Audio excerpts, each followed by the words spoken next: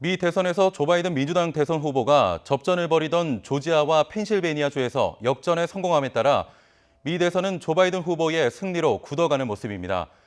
바이든 후보는 조금 전 대국민 연설을 통해 자신이 이길 것이며 대통령이 되면 모든 국민의 보살피는 임무에 충실할 것이라고 말했습니다.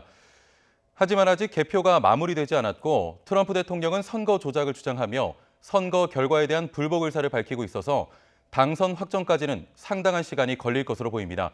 국제부 연결해 자세한 내용 알아봅니다. 조성호 기자. 네, 국제부입니다. 네.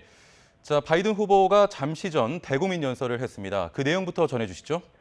네, 바이든 후보는 2시간쯤 전 자택이 있는 델라웨어 윌밍턴에서 대국민 연설을 했습니다.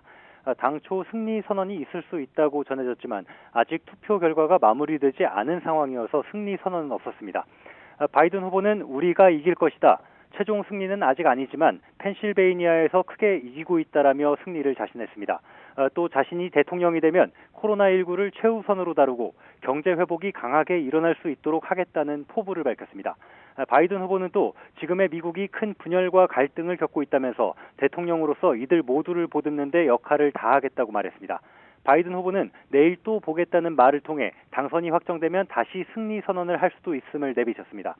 앞서 바이든 후보가 승리 선언을 할 수도 있다는 소식이 전해지자 트럼프 대통령은 트윗을 통해 선거 결과에 대한 소송이 진행 중인데 바이든 후보가 부당하게 승리를 선언해서는 안 된다고 견제했습니다.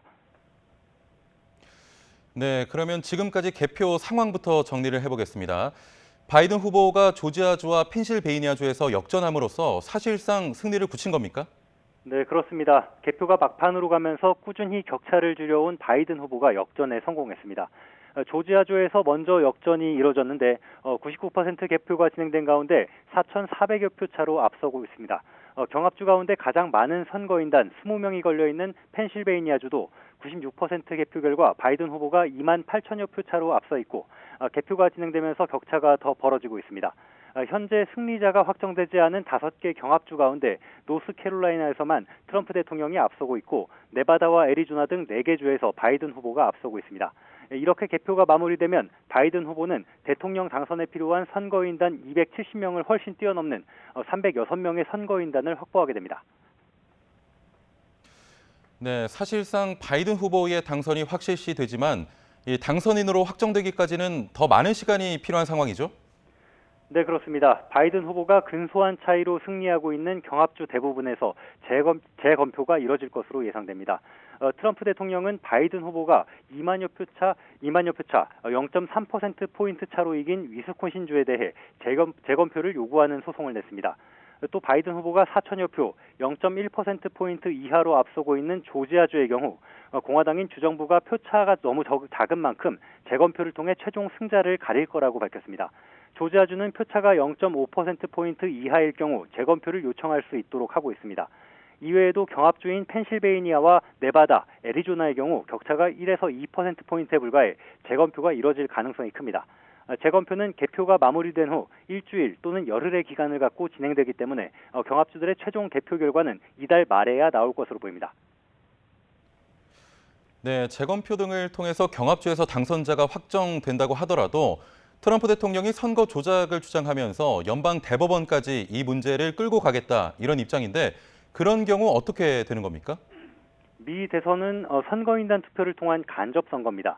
다음 달 14일 각 주별로 선출된 선거인단이 각 주의 수도에 모여 투표를 하고 여기서 과반인 270명 이상을 획득한 후보가 대통령에 당선됩니다. 문제는 다음 달 14일까지 경합주에서 선거인단 선출을 매듭짓지 못해서 선거인단 투표에서 270명을 확보한 후보가 없을 경우에 내년 1월 하원에서 대통령을 뽑습니다. 그러나 미 언론이나 정치권에서는 이런 최악의 상황까지는 가지 않을 것으로 보고 있습니다. 트럼프 대통령이 주장한 선거 조작을 뒷받침할 증거가 없는 상황에서 연방 대법원을 통한 변수는 크지 않을 거란 겁니다. 또 미국 공화당 내부의 기류도 변수인데 트럼프 대통령의 선거 조작 주장을 비판하는 움직임도 나타나고 있습니다. 공화당 롬니 상원의원은 선거가 조작됐다는 주장은 민주주의의 근간인 선거제도를 부정하는 무모한 주장이라고 비난했고 공화당 패트릭 투미 상원의원도 트럼프 대통령의 주장을 입증할 증거가 없다고 말했습니다. 또 공화당 상원 원내대표인 맥코넬 의원은 개표 중단을 요구한 트럼프 대통령과 달리 모든 투표는 개표돼야 한다고 밝히면서 트럼프 대통령의 선거 조작 주장에 대해서는 말을 아꼈습니다. 지금까지 국제부에서 YTN 조성호입니다.